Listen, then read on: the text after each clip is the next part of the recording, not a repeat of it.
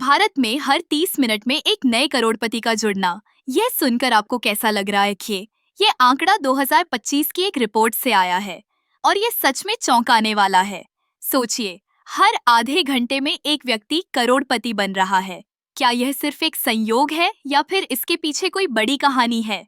इस तेजी से बढ़ते धन के पीछे कई कारण हैं। सबसे पहले, भारत की अर्थव्यवस्था में तेजी से विकास हो रहा है।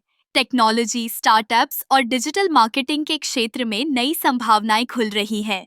युवा उद्यमियों की एक नई पीढ़ी उभर रही है, जो अपने विचारों और नवाचारों के साथ बाजार में कदम रख रही है। दूसरा, निवेश के नए तरीके भी इस वृद्धि में योगदान दे रहे हैं। म्यूचुअल फंड, स्टॉक्स और क्रिप्टो करेंसी जैसे विकल्पों ने लोगों को अपने धन को बढ़ाने के नए तरीके दिए हैं। अब लोग केवल बचत करने के बजाय अपने पैसे को सही जगह निवेश कर रहे हैं।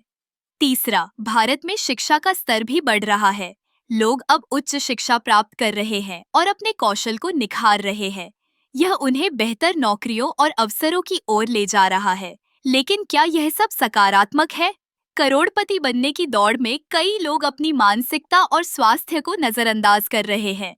तनाव, चिंता और अवसाद जैसे मुद्दे बढ़ रहे हैं। क्या हम इस दौड़ में अपने मानसिक स्वास्थ्य को भूल रहे हैं? इसके अलावा यह भी ध्यान देने योग्य है कि करोड़पति बनने की यह प्रक्रिया केवल कुछ ही लोगों के लिए है। क्या हम इस बात को समझते हैं कि करोड़पति बनने के लिए मेहनत, समर्पण और सही अवसर की आवश्यकता होती है?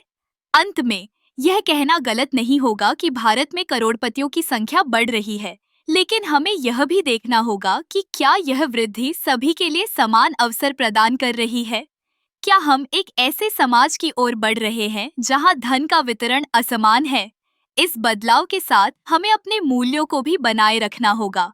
धन से ज्यादा महत्वपूर्ण है हमारी खुशहाली और संतोष। करोड़पति बनना एक लक्ष्य हो सकता है, लेकिन क्या हम अपने जीवन में संतुलन बनाए रख पा रहे हैं?